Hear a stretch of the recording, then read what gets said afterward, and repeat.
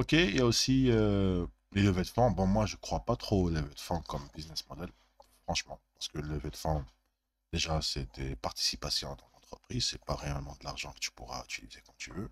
C'est pas du gain. Mais certains pensent que oui, on peut considérer les levées de fonds comme une alternative au business model. Certains startups décident de ne pas se concentrer sur la monétisation de leurs services et de fonctionner dans un premier temps avec des levées de fonds. En effet, leur objectif est généralement d'atteindre une communauté très importante en proposant un service gratuit à leurs utilisateurs. Comme Twitter par exemple, les levées de fonds ne sont qu'une solution à court terme. Une startup est une entreprise et doit être rentable à un moment. À un certain moment, il faut que, eh, d'accord, t'es beau, t'es bien, ok, mais j'aimerais bien gagner de l'argent à partir de l'argent que je t'ai donné. La levée de fonds doit permettre à la startup d'atteindre une rentabilité plus ou moins long terme. Rien que dans le web, il existe une grande variété de ressources de monétisation dont on peut s'inspirer. Là, on peut voir quelques exemples de business models par rapport à des entreprises assez connues. Google, Yahoo, Bing, etc. En général, c'est la publicité qui est le premier gain d'argent. La souscription aussi, parfois, peut faire gagner de l'argent. Google, par exemple, avec Chrome, avec la suite OneSuite, avec aussi Google Colab et Google Cloud, etc. Les licences aussi, mais très rarement pour les moteurs de recherche. En ce qui concerne les contenus gratuits, tout ce qui est forum, vlog, etc., ça, c'est surtout les bannières AdSense et sponsoring. Bon, le modèle il commence à disparaître avec les réseaux sociaux. Maintenant, ils sont rares les gens qui font des blogs parce qu'il n'y a personne pour lire. Et aussi, il n'y a personne.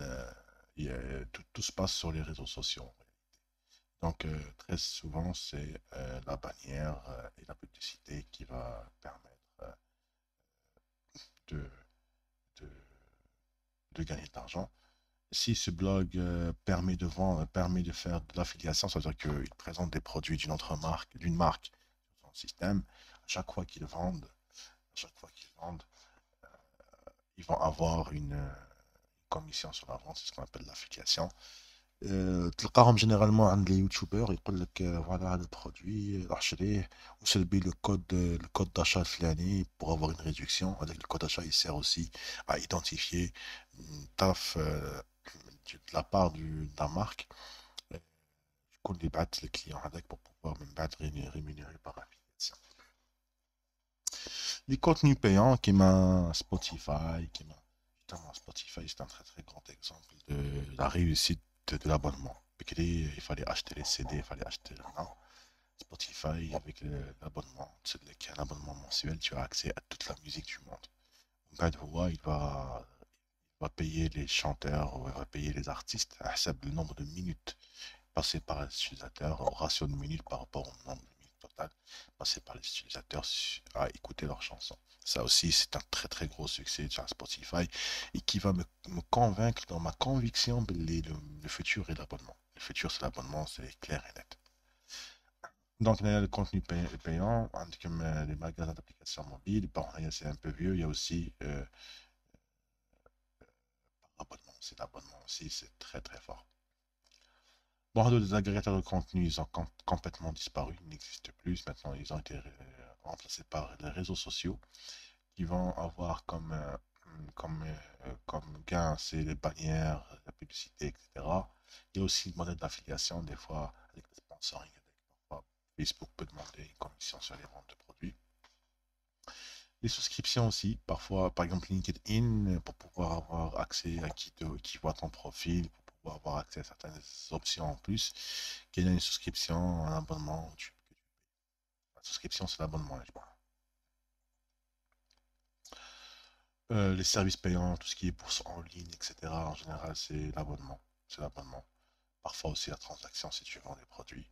Le commerce en ligne, très majoritairement, c'est la commission. Ok, c'est la commission et par l'affiliation. Les services en marque blanche. Marque blanche, c'est quoi? C'est que je te procure par exemple, un CMS de type WordPress. L'article a un CMS qui n'a pas d'identité visuelle, qui n'a pas d'identité commerciale. Donc, tu as le logo, les couleurs pour le transformer en, selon ta marque. avec CMS, c'est une marque blanche. En général aussi, c'est la souscription. Et c'est surtout qui est mal de c'est la souscription sa souscription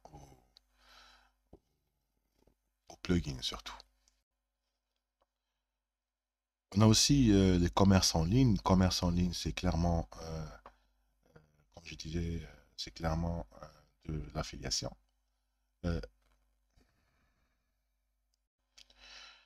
on a aussi l'intermédiation commerciale, c'est clairement aussi de l'affiliation, c'est-à-dire que c'est ma salle bien bien. Je te ramène une affaire, tu vends, je prends une commission sur la vente. Il y a aussi les moyens de paiement, tout ce qui est PayPal, Google Wallet, etc. C'est la commission sur les transactions. Chaque fois que tu achètes quelque chose, la PayPal qui prend un pourcentage de la transaction. C'est un peu comme font les banques en général. Les banques, c'est plus ou moins 1%. C'est à peu près la même chose. Pour l'intermédiation publicitaire, ça n'existe plus. C'est maintenant avec l'hégémonie qu'a Google. L'intermédiation n'existe quasiment pas. Et pour les projets open source, tout ce qui est Wikipédia, MIT, etc., c'est des dons. C'est des dons. Nest, Metsward, voilà, donc ça c'était pour les différentes utilisations de business model par les grands secteurs commerciaux. Dans la prochaine partie, on va discuter de la stratégie de l'océan.